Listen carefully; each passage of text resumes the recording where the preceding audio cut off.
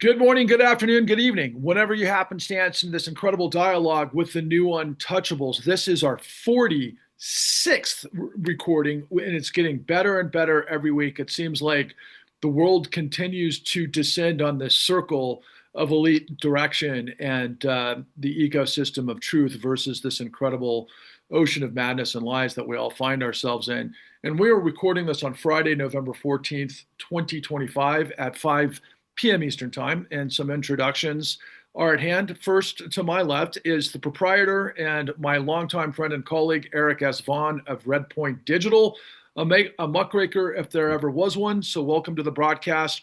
Right below him is a wonderful opportunity to really get some insight from Lewis Clark, the executive director of the Government Accountability Project. Thank you so much, Lewis, for again taking your time to join us. Right below me is, of course, the indomitable June Carbone, the Rabina Chair of Law, Science, and Technology at the University of Minnesota. Immediately below her is Paul Peltier, formerly of the Department of Justice and currently adjunct professor at George Washington University. And then, of course, below is a gentleman whose resume and introduction always befuddles me because there's so much to it that it's hard to really keep my mind around all of it. But I will just say this. William K. Black is an expert in all things fraud and all things high-level white-collar corruption that we're all in the midst of. And we've been so fortunate to follow his mentorship, guiding us through these rough, turbulent waters for many years now. So thank you to all for joining us. And like always, I'd like to introduce usually just kind of the headlines as we get rolling through this, just to kind of put some perspective on this. But immediately, the first thing that pops up on the New York Times, of course, is that the government reopens, however, without the data that guides markets and the Fed. That seems like that's flying a 747 into a mountain, and that doesn't sound very positive. Obviously, all things Trump, but the thing that's occupied a lot of our time, of course, is Donald Trump and, of course, all things Epstein. And I think that's where I want to start the conversation, if I may. Although I'm so sorry, I do need to add this, considering, of course, Mr. Peltier and his experience. On the front page, breaking is AIG parts ways with incoming president before he assumes the role. John Neal's withdrawal from the insurer comes as the company grapples with another high profile departure. And it's a little scary because a lot of the folks that I pay attention to online, of course, are talking about a lot of runs in the shadow sector, particularly in AI, a lot of which, of course, I've seen from Michael Burry, the face of The Big Short, that, of course, is saying that AI is fraud in the midst of everything else we're in the midst of. But turning the attention briefly to Epstein and all things Epstein, we had the emails that had come through, of course, the investigation out of Congress because of Jamie Raskin and Thomas Massie that would reveal what was at the Epstein estate. But what it has been in terms of the echo chamber, gentlemen, and everybody on this call, is the idea that DOJ wasn't doing its job.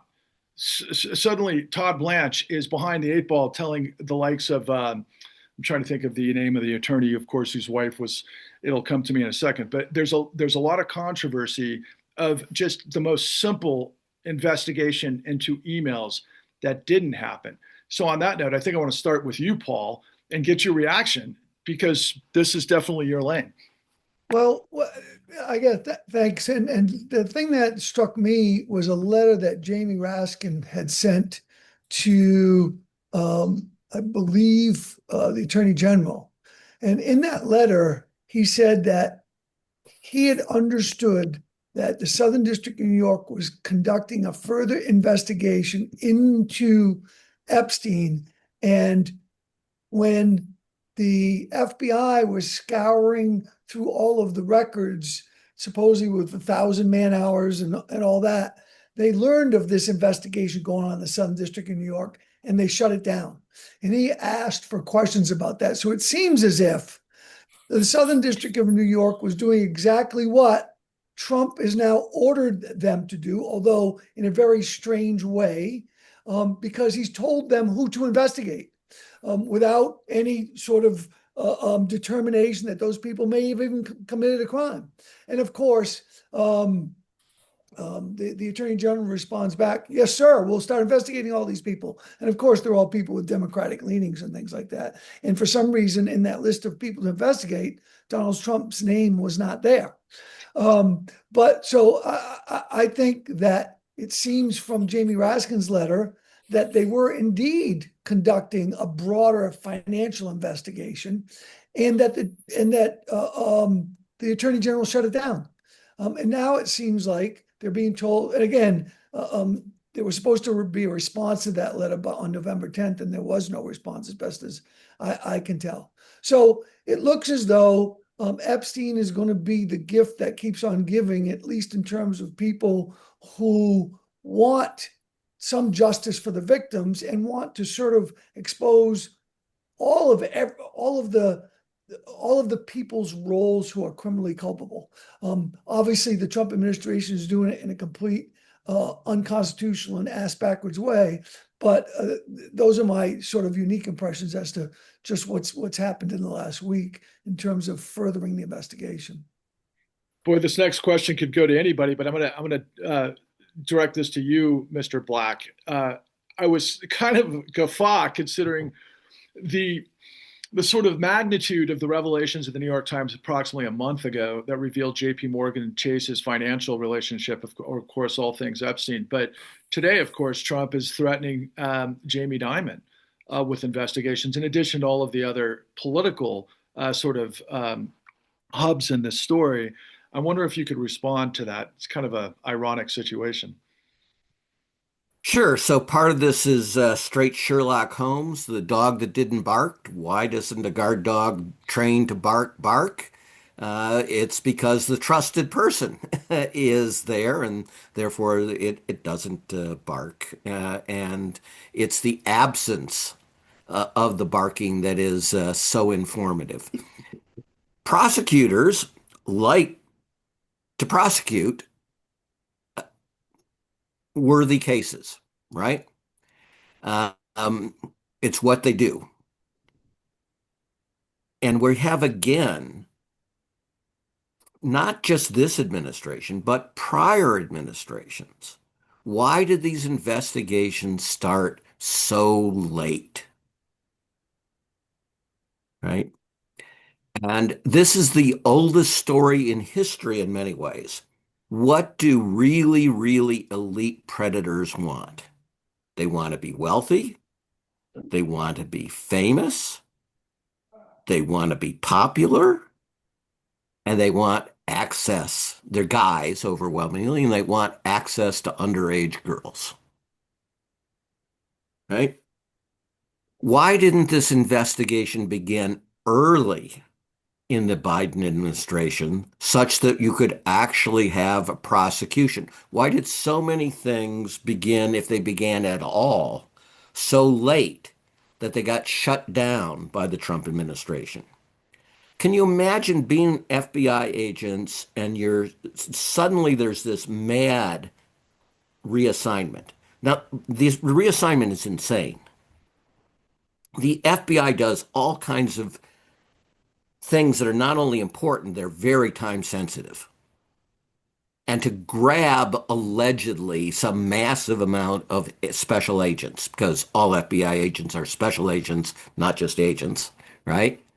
And to take them off of literally hundreds of investigations, if these stories are true that the Trump administration is spreading, would be profoundly disruptive to all kinds of top priority matters that could get people killed, right? Or allow people to escape justice entirely. And for what?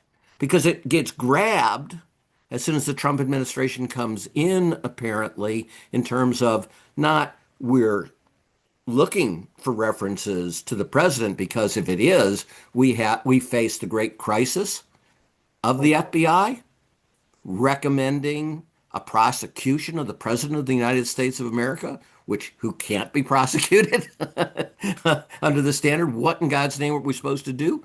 Instead, the FBI is perverted entirely into a cover-up organization. We are to scrub all these things. We are to warn the president and all future Trump administration investigators where not to look. Where not to look because it's a target-rich environment, because it has such important, damning information. And why do these things happen? It is because so many prominent Democrats, as well as so many prominent Republicans, are in those files, right? It's difficult to convey how powerful and important Larry Summers was over the course of the last 30 plus years in the United States of America and overwhelmingly associated with the Democratic Party. And he's not the only Harvard prof involved in this. So again, it is the just absolute corruption of the subclass of the elites in America. And again, what is it that is our only chance of learning about these things? Whistleblowers. So, as a serial whistleblower, as always, thank you, Lewis, Clark. Thank you, GAP, the Government Accountability Project, that has been so critical to our ability to survive in horrific circumstances once you blow the whistle. Yeah. Thank you very much. I do have, I think an amendment to the comments that have been made or a suggestion. First of all, we should say is that the president should just be quiet about this investigation. The president is obviously tainting whatever investigation might end up happening, just as he's tainted these phony criminal cases that he's bringing against his opponents. The president needs to be out of the justice system altogether, and a special prosecutor needs to be appointed, to take it independent of this Justice Department. I don't think that's likely to happen, but I do think that that needs to happen, and the people whose names are being bandied about or in the files, it should be recognized that they're not guilty until proven so. But they might well have to explain how they happen to be in the files and what they were doing and what's their story. But at least that we need to have an investigation that's not political, an investigation that is, conducted by honorable people who are not being essentially pressured politically from any direction. Well, I guess I'll ask what I'm sure many people are thinking. How is that possible? It's not Okay. with this current Department of Justice, and not with the leadership that is essentially destroying the department. Well, I think that would piece. Well, sorry to interrupt you. So No. it seems that fits in just almost brilliantly and perfectly because, of course, we've been talking about potential whistleblowers and state legislations because of subpoena powers and workarounds because of NDAs and everything else. Again, I don't want to put you on the spot for anything, but if anybody would have access to whistleblowers within the FBI, I would imagine GAP would. So for instance, hypothetical, what would be the appropriate moves, if I may be so bold to ask, Lewis? Well, I think the appropriate move would be to have any, hopefully, first of all, whoever is guiding them or representing them should take it to Congress, both the Republicans and to the Democrats, because that's really where the action is going to be. You can't trust the Justice Department, at all. So you really do have to go to Congress with it, and also part of what the members of Congress need to adhere to, which they have, which they traditionally do, put that way, and that is if they need confidentiality, that should be granted and recognized, and upheld. So these people should be able to confidentially, and that's throughout the FBI, go to both the Republicans and the Democrats, so that we have the action, the pressure on that institution to step up and do the kind of overseeing that needs to happen, because it certainly is needed drastically at this time in our history. Well, thank you for that. And June, I'd like to, and welcome, Mark. Nice to see you. Hey, June, sorry to be late. no problem. June, I'd like to just kind of tee this up for you real quick, just because obviously you can go in a lot smarter directions than I can teeing up this question, but it is resonating with me because of all of the information that took place as it relates specifically to Michael Wolff's scenarios, because of all of the information that he has. And of course, I know that there's certain scenarios that are suspect, but we also saw this last week. He had this, and he's trying to get out in front of it because, of course, in addition to this is his lawsuit against Melania Trump, which is quite extraordinary, all things considered. But the emails that reflect that he was working coercion, it appears, with Epstein to guide him to say things as point blank as, well, you could give him enough rope basically to hang himself with. I'm paraphrasing, but also you could actually, park this as for, like the way it's done throughout Europe or other countries that I've seen throughout history, quite frankly, is they owe you a favor, right? You send the message to somebody like Trump, you park it, and then he owes you a favor. I wonder if, whatever direction you go, June, but I just wanted to say that out loud because that's obviously what's on the forefront of a lot of people's minds. Sure. And I don't think we need more whistleblowers right now. We have so much that hasn't been followed up on yet. So I've got my list of questions. First, if you want to put pressure on things, Michael Wolff is the person who has said publicly he has seen pictures of Donald Trump with underage girls in Jeffrey Epstein's hands. Question number one, what happened to those pictures? There ought to be pressure. It is the FBI and the various federal investigations that raided Epstein's files, and there may be videos and there are pictures. Where are the pictures Michael Wolff says he saw? I'd start there. Secondly, we know Epstein is playing, we know a lot of things about Epstein, and we have a lot more that are simply rumored. One is his connections with Mossad. So we know he is involved with Israeli intelligence. We also know British intelligence knows a ton about the Epstein-Trump connections. Here's what is being speculated about today that we don't know very much about: the Russians. Trump's relationship with Epstein is an open secret. Trump has all kinds of ties with Russian money launderers. The deal that supposedly broke up the Epstein-Trump friendship is about purchase of a property to flip. And who's buying it?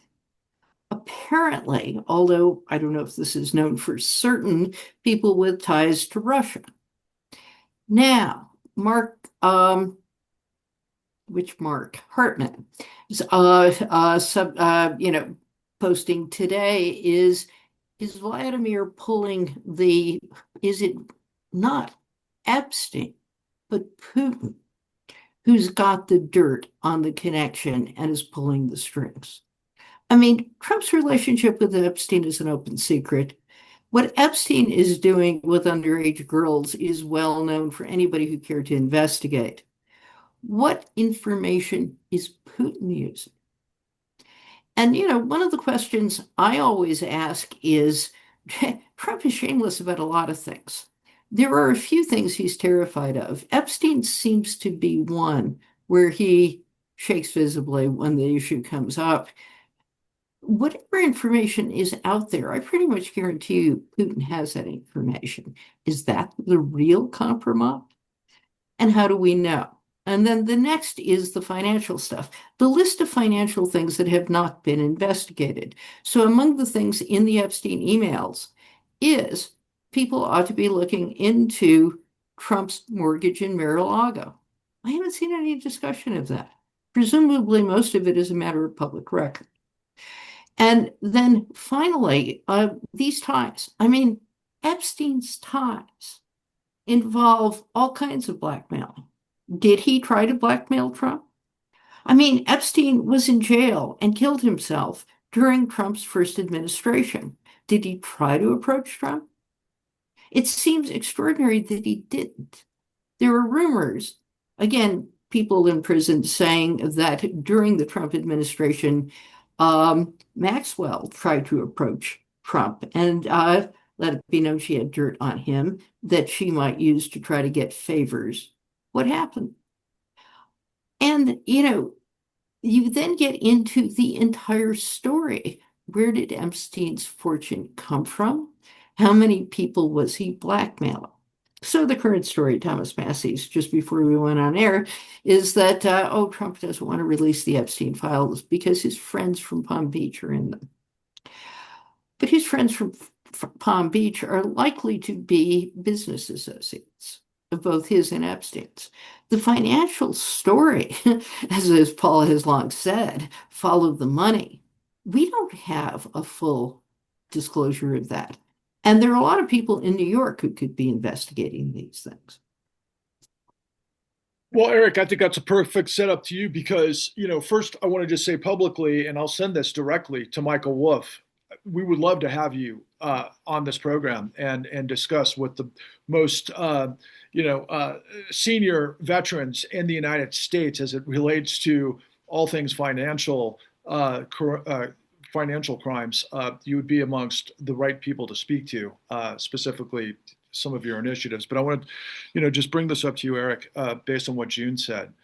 First and foremost, we know that the thing that broke up Epstein and Trump supposedly was how Trump stole whatever the address was right down the street in Palm Beach that was brought by some giant billionaire, I think aluminum, oligarch from Russia, and probably a money laundering exercise. And I see Paul shaking his head. Yes. So thank you for that, Paul. And further to that, I mean, my God, the suspicious activity reports, the FinCEN files, these things that we've been tracking on forever that loops back to this statement last night by Todd Blanche of like, don't ask questions to the attorney whose name eludes me. Does anybody want to shout out who's the guy whose wife worked for Trump and then he's like this long term, go-to guy? And I just right on the tip of my tongue. But the question to you, Eric, is really the questions we had to ask the whole time with the con, right?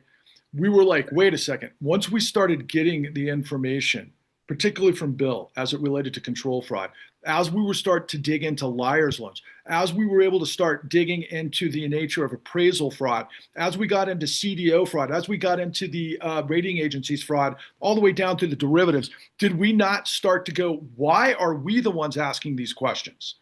Why are we asking these questions many, many years after the fact? And then, by the way, I interviewed none other than David Enrich, the deputy executive of investigations for the New York Times, who's responsible for the New York Times revealing all there is about JP Morgan Chase and growing with the financial relationship with Epstein. That then David Enrich also wrote the book that was released in 2020 called Shadow Towers, the story of Putin, Deutsche Bank, and Trump. And then, of course, he followed up with most recently Murder of the Truth, which is, of course, how billionaires can use libel laws in their apparatus to bankrupt anybody, whistleblowers, from being able to reveal the truth.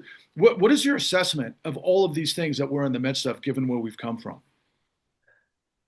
Well, I mean, it's still hard to assess just because it's new things pop up all the time. Like June was talking about how whenever this apparent breakup between Epstein and Trump occurred, but then there was like an email talking about how they had Thanksgiving dinner in 2017.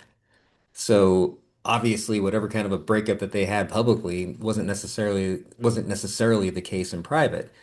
In which case, that means that that relationship was maintained throughout that time. And I think that that is pretty critical information. And then as far as like, all these stories that are trying to give cover to Trump, like, oh, he's trying to protect his friends that are in the. It's like, yeah, when has Trump ever in his entire life basically put himself out for anybody else? He has demonstrated time and again that he has the least amount of loyalty to anybody that I've ever seen in the public. Now, one of the things that I feel is really important because I've been I continue to be heavily involved with like a lot of grassroots organizations who are trying to move things politically on both the local and national level, is that it is so incredibly important that this period of time right now, that at least that something gets handled properly, because the amount of cynicism that is out there by the regular people who are just so used to nothing happening despite everything, being out there, and it is so palpable that the expectation is that nothing is going to happen to any of these people. And that needs to not happen. Something significant needs to come out of this in some way, shape, or form, or else that cynicism is going to, I don't know. It's like it's really kind of terrifying to think, just whether it manifests itself in complete inaction on a political level, or if it manifests itself in some other way. But it's so important that something comes from this right now. Well, Yeah, I, I, I do have one comment.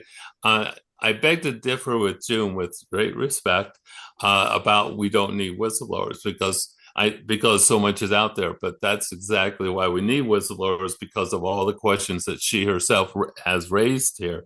Is that we need the whistleblowers, and as to Eric's point about the cynicism, that's exactly why we don't have as many whistleblowers as we need, is because with cynicism you get silence, and so something needs to break that pattern, and part of what needs to break in terms of the pattern is that the American people, and certainly our officials that represent us in Congress, need to figure out a way to finally stand up and take the kind of action that's going to show potential whistleblowers that you're not just walking a plank, whatever that might be, for no reason at all, because it's not going to get anywhere and change isn't going to happen.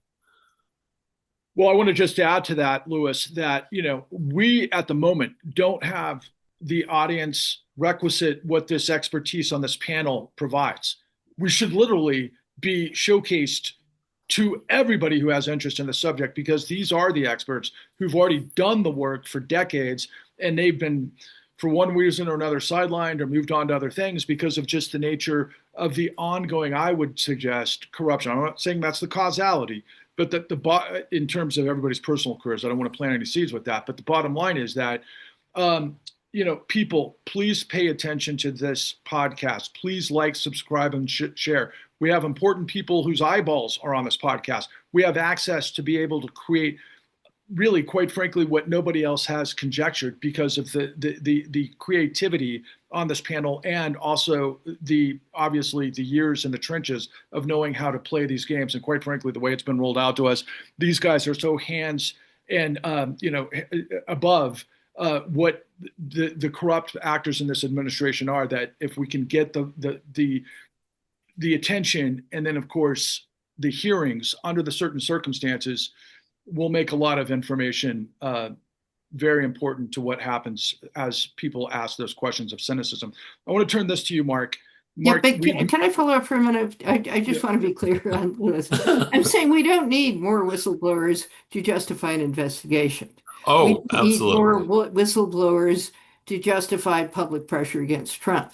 I mean, any other political figure with as much as is out there already would have been forced to resign. Yeah. And on a final note, the people I have been waiting for are the women. So the person with the most detailed information directly implicating Trump is somebody who filed a complaint against him in 2016 when he was running the first time and withdrew it and disappeared because she was so vilified. She filed it anonymously. She was still getting death threats. Her family was getting death threats. She disappeared. Her attorneys didn't know where to find her. The vilification of anybody who comes forward on this has been extraordinary and should be a story unto itself. And what we have instead is the minimization of the victims, in large part because they can't defend themselves effectively. Yeah. And just to add one other thing, yesterday, Megyn Kelly, and I've heard now a number of people say this. She said these weren't really children; these were young teenage girls. And so now that's coming. I'm kidding. I'm not kidding. And I've heard other podcasters say this on the right side say the same thing. It's incredible. No, it's inevitable. It's absolutely inevitable. It is the standard playbook and has been for thousands of years of men in power. Right? Wow. Yeah. Trump has no friends. He has co-conspirators. He is not motivated by friendship. He does not really break up with you. He gets pissed if you get a deal that he wanted. But if you are useful to him, sure, you'll be at a party. But the party isn't because they're friends. The party is because they're mutual predators. And it aids their predation. And these people are so powerful that even when they confess and cut plea deals, they get the most extraordinary provisions. First in the United States, in the old one on Epstein, but now the whistleblowers coming forward are out of the prison where Maxwell is, who are disgusted that in essence she's running the frigging, they're not really club feds, but they're called club feds, right? And that everything is done for her and she can get the guards fired. That's astonishing. And this follows just after they stripped, the royal in the UK and such. It's a big frigging publicity matter, and they're not afraid. Well, they are afraid because they fire these employees, but they're quite willing to do these secret deals so that even prison is no longer prison for these kind of people. Not secret. They met in the Situation Room. The Attorney General and the head of the FBI met to convince a United States representative not to vote to release the Epstein files. That's extraordinary. It's what innocent people do, Paul. Well, I hate to insert, because I love to see this go any direction you folks want to, but I want to bring Mark Dan into the conversation. Mark, welcome back. It's been a couple of weeks, and I know you've been busy, but just to kind of shift gears, and you can obviously go whatever direction you prefer to, but I do want to set up for the audience out there. Again, this is Mark Dan, the former state attorney general of Ohio, that got the only racketeering conviction against something that represented the entire great financial crisis, quite frankly. This is a man who's been in the trenches, done the work for the people. And so he can understand, especially whistleblowers, and how all of these pieces fit and the ridiculous nature of how he might approach it as a prosecutor. But I would like to ask you further to switch gears. You guys, I believe, both current and former state AGs are signing a bipartisan support of Letitia James, I believe, in this other indictment in this runaway Department of Justice weaponization sort of thing. So whatever direction you feel comfortable in guiding. Yeah. I mean, yes, I believe it's being filed today on behalf of, I think it's something like 89 or 90 former state attorneys general have signed a amicus brief in support of the motion to dismiss Letitia James's indictment. And there's of course there's obviously the politicization of the Justice Department is tragic and troubling for everybody. But the very concept of federalism is at stake at this point. States have protected prerogatives regarding their prosecutions and their ability to enforce the laws of New York, which is what Letitia James did as it related to Donald Trump, and got a jury to agree with her about the claims that the charges that she brought. I mean, setting aside that one or two things might have been reversed on appeal, but the fact is that the chilling effect on state attorneys general, on local prosecutors, that this Letitia James prosecution has. I'm sure, just like the governor of the Federal Reserve Board, probably based on a false premise, is a true threat to our constitutional federalist system of government in this country, where states are empowered to enforce their own laws, where state attorneys general have prerogatives to represent their state. What I'm particularly proud of is how many of my former colleagues who are Republicans who have signed on to onto this brief as well. This is not a Democrat-Republican issue. This is an issue of states' rights in the good sense. Those of us that are old enough to remember the civil rights movement, states' rights had a different ring to it. But the fact is that the idea that independently elected state prosecutors, city or county prosecutors in Ohio or around the country, and independently elected AGs in most states in the country, having the ability to call the balls and strikes as they see them, to prosecute those who commit crimes in their state without fear of retribution from the federal government, and that no one is above the law. It's sad that we have to gather 89 state attorneys general to remind the country of that, and to remind the judge in the Eastern District of Virginia that this is an attack on all of us. It's not just an attack on Letitia James, and we have to remember that. And I think they're teeing up another prosecution effort involving bad mortgage information with a member of Congress as of yesterday. I was in Washington this week, spent some time on Capitol Hill, and I have to tell you, the Epstein stuff is, and I visited a number of Republican congressional offices with other consumer attorneys from around the country, and I can tell you that there's a pall there about the difficult decision that those elected officials have to make. It is, and I got in a few conversations on another separation of powers issue, is why Republican members of Congress aren't as offended as they should be about the prerogatives of Congress that are being preempted by the executive. Why aren't they in there litigating these cases? I mean, the institution itself is under attack. So the concept of a federalist government with empowered state governments is under attack by Trump. The separation of powers between Congress and the executive branch is under probably the greatest attack that it's ever faced since the founding of the republic.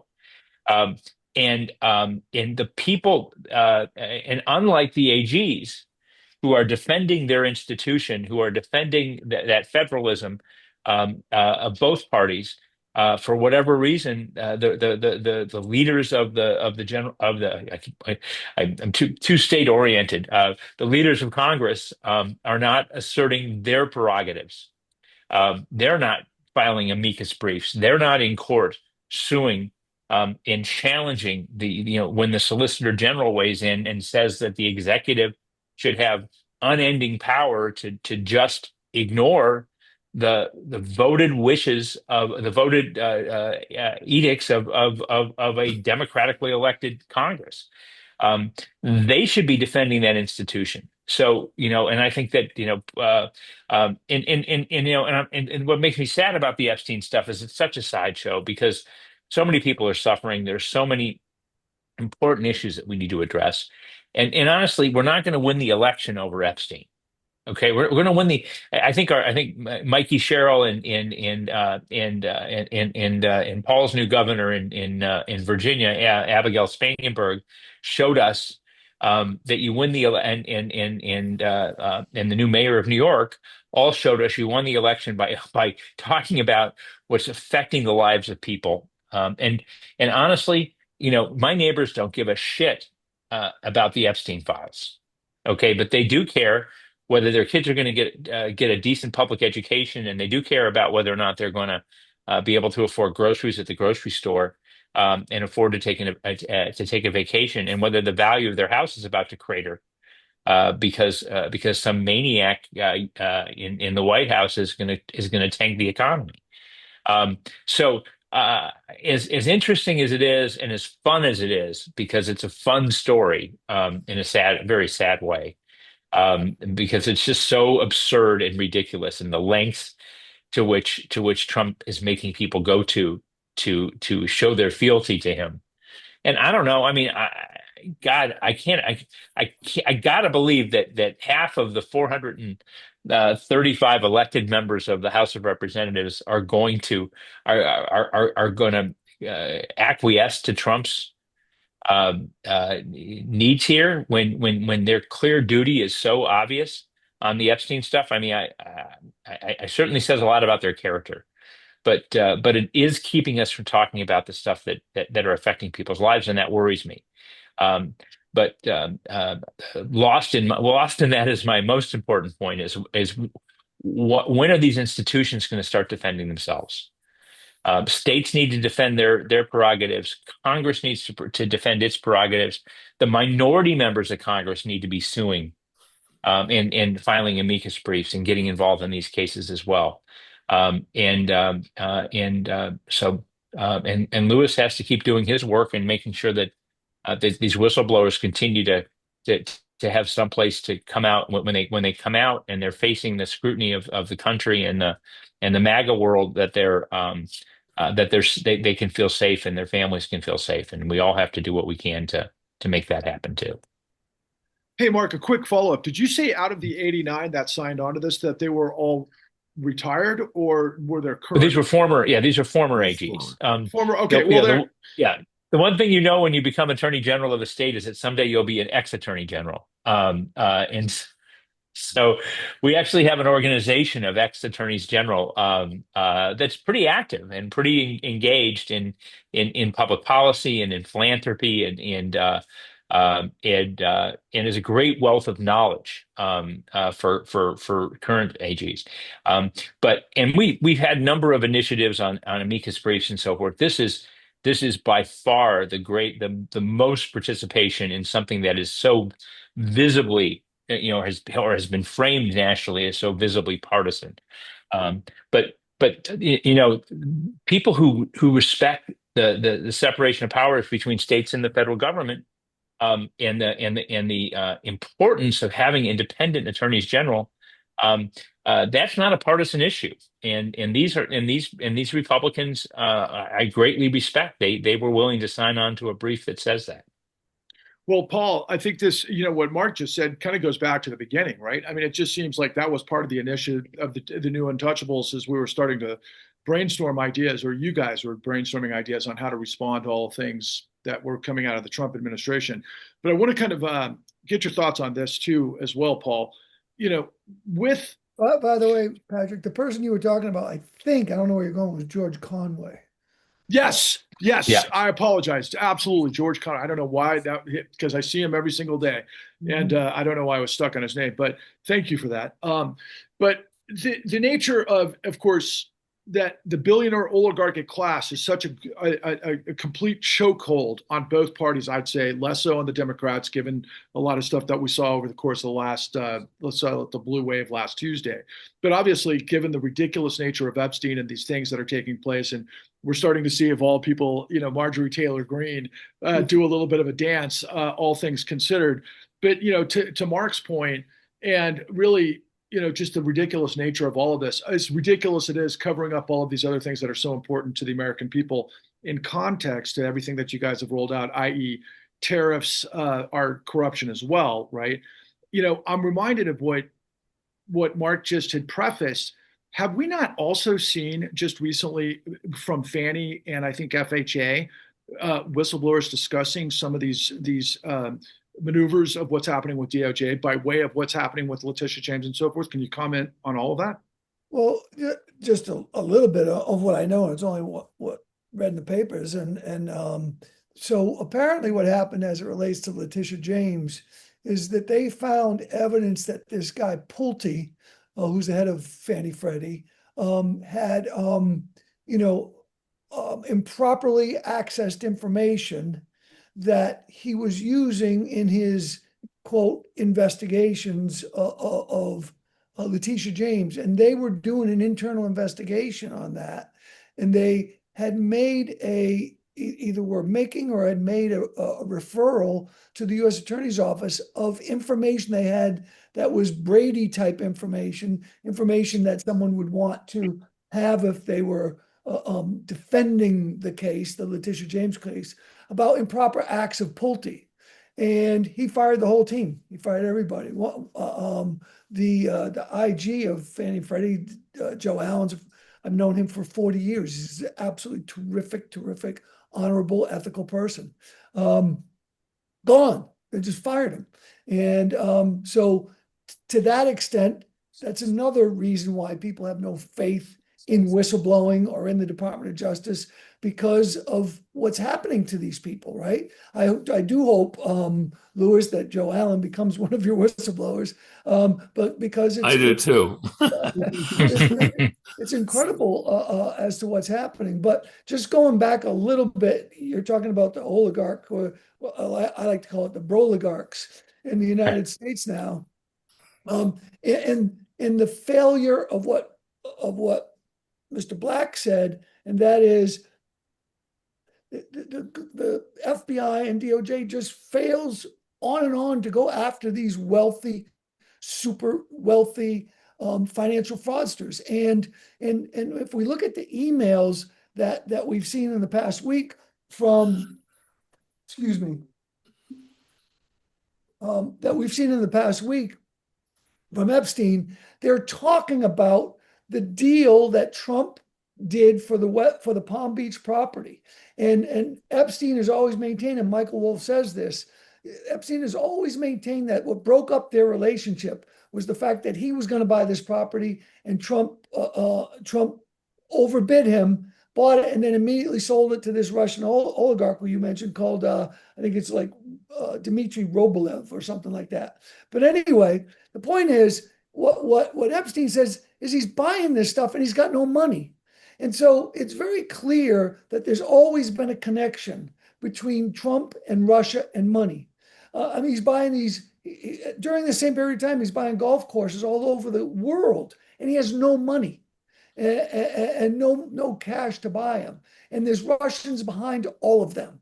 And so the fact that no one's ever investigated the notion that Trump spent on a number of levels, we have Trump University and all that stuff, but where is he getting the money for all of this stuff? And there's almost always a Russian behind it. And had we done it at the time when it was going on, we could have exposed what this, good investigators with grand jury subpoena power can find out a lot, particularly using treaties and things like that. And no one ever did it, despite all of this activity that's now being raised. And I think that makes it makes Bill Black's point exponentially, that now we're seeing emails that actually they're talking about this, and they're talking about the Russians being behind all of this stuff. So anyway, it constantly intrigues me. Well, can I add an amendment to that? There almost certainly was a national security investigation into Trump that hasn't leaked. When the Mueller report was released, I mean, they kept Mueller from going into the finances, but there was a national security component that was referred to the correct authorities, and we have never known what's happened to that. And my guess is if Jack Smith ever gets to say what he came up with, who knows what he came up with.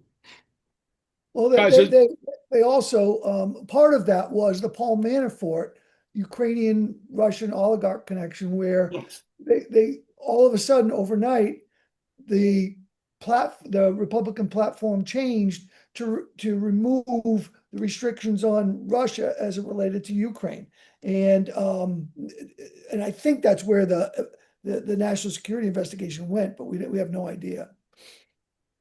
I want to leave it open ended for anybody to chime in and go any direction you want to for the last 10 minutes of this dialogue. Yeah, I would just say that I think there are two really major reasons why the Epstein is so important, and one is that it shows these incredible connections of the mega rich folks, being able to essentially allow the molestation and the rape of children. And the second thing is that anyone who's going to end up defending this is going to historically go down as a fairly evil person. And so so looking down the road, I do think that obviously the victims are incredibly important and are incredibly deserving of justice. But I believe that the idea that so many people, including the totally top officials at the FBI and the Department of Justice, are going to have that stain on their history, and I think that this could really break their hold on power, potentially. Your lips to God's ears. So I want to pick up on I'm an Mark's optimist here. point about institutions. Institutions do matter, but ultimately people are decisive. Yeah. Right. So the standard saying in my day in the government was where you sit defines where you stand on issues. You would support your institutional structures. You have three veterans of the Justice Department on this talk. I will just speak for myself. It rips my heart out what they've done to the Justice Department and such, because it was such a uniquely valuable reputation. With my whistleblower component, I don't think there's any other country in the world I'd still be alive. Given who, if I had blown the whistle on equivalents in any other country, I think I simply would have been removed from the earth by people that powerful. So America as an institution is something that, again, I cry for in terms of protection. But in the end of the day, if the people are corruptible, the institution will not simply fail. It will turn into a terrible device for destroying everything the institution once stood for. We do not have a Justice Department. We have a Department of Injustice. It is 24/7 committed institutionally to harm and to be non-institutional. They don't represent the United States of America. They represent the interest of Donald Trump. And that is the only way you can get a senior position. And the only way you can get a senior position is if you agree to lie about, for example, the prior election. And even if you get the position, you will lose the position if you refuse to indict whoever they want you to indict, even when it is absolutely unjust and in violation of the rules.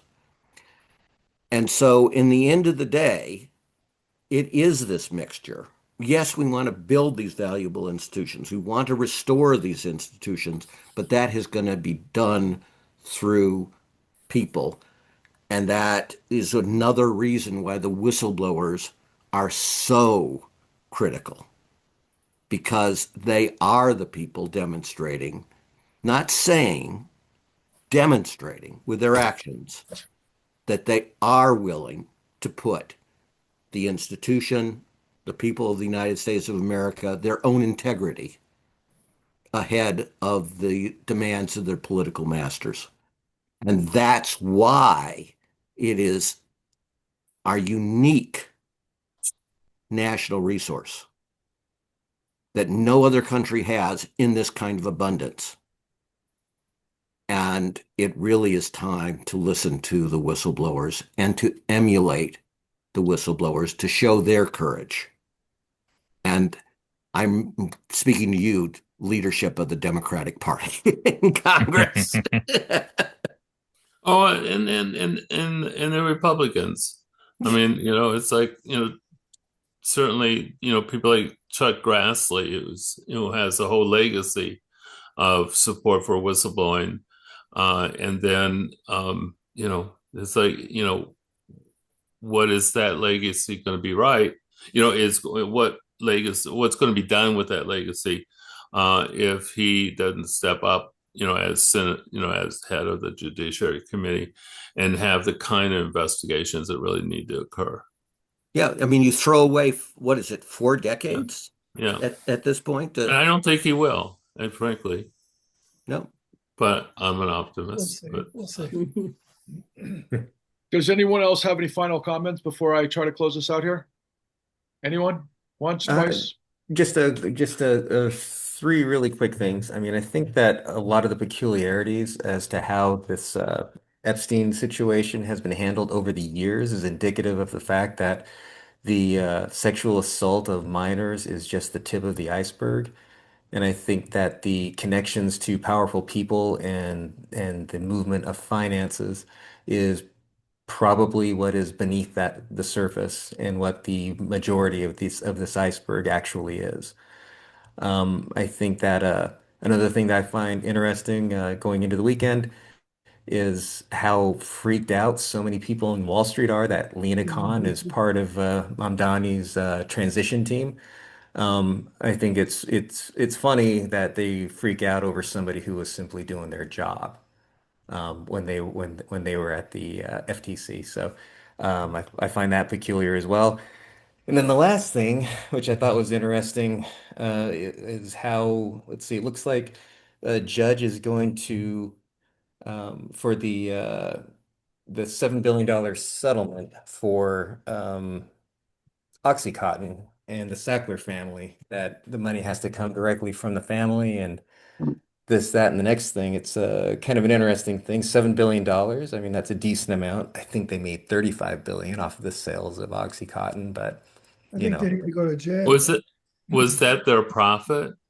I'm not entirely No, sure. it was way, Not way, even, way not more even, than that. not even close. Way, I'm way. involved with that case, and I can tell you that's not even close. But the fact that that folks are getting something, and Well, families are getting something, are they? is more than Are I they? expected. Are they? Right. It But depends I on what state also you live in. but also just the very fact that once again it's just settlements and not like criminal Yeah. convictions is Yeah. the thing that always bites. Right. Well, Well, and that was multi-administration justice departments. I mean, we've talked about this before. Mhm. I mean, those guys killed, literally mass murderers, and have gone, it's gone without Over any. a million. Over a million. Yeah. And now they'll yeah, just be millionaires instead of billionaires. What a shame. Well, yeah, and the Department of Justice often has tried to make things worse in the settlement, right? Tried Hmm. to undercut the Yes. states deliberately. Correct. Correct. Right. And let's not forget that they reputation laundered all over everybody who had their hands out in Manhattan with every major known to the world art gallery and everything else that goes with that sort of scenario. People, I think, we could do a whole show on that, Patrick. right. Well, and I do want to say to the public here, I mean, just to once again reemphasize who we've got on this incredible panel. Paul Peltier was the focus of Alex Gibney's crime of the century, or he was, definitely a big part of that. And of course, Mark Dan was involved with all this. But I'm gonna close this out here. Going once, going twice on anybody's final thoughts. Anybody? Okay, so here it comes from me. All right. First and foremost, what this is a conduit to. The new Untouchables is a conduit to the most comprehensively, shall we say, veterans of all of these types of cases at the highest levels. And what has been laid out in these discussions week in and week out is that democracy's dead, the law is dead. I mean, we saw, what happened in the blue wave, and there's a lot of threats, and we could talk about the midterms and yada, yada, yada. But the bottom line is this administration is lawless. It's absurd. It's ridiculous. And so how are we going to, see something within, the United States, the people that have been there, done that know how to actually deal with this, given the capitulation of tall building law firms, the capitulation of media, and of course now what has been described as the Department of Injustice. Thank you, William K. Black. We have a strategy. We have access. We know how to Eric and I know how to document this, but these are the people that we all need to pay attention to. So I would please encourage you, please like, subscribe, and share, and check out the newuntouchables.org, and also check out all of the descriptions down below, and I'll have a link to the Government Accountability Project as well. If you're a journalist, please reach out to me. Let's explore relationships, same with podcasters. Let's get this information out to people in as broad a way as we possibly can while we still have time. And I will thank everybody else for their time. And please check out thecleannewdeal.org. And until next time, my name is Patrick Lovell. All the best to you all. Take care. Thank you.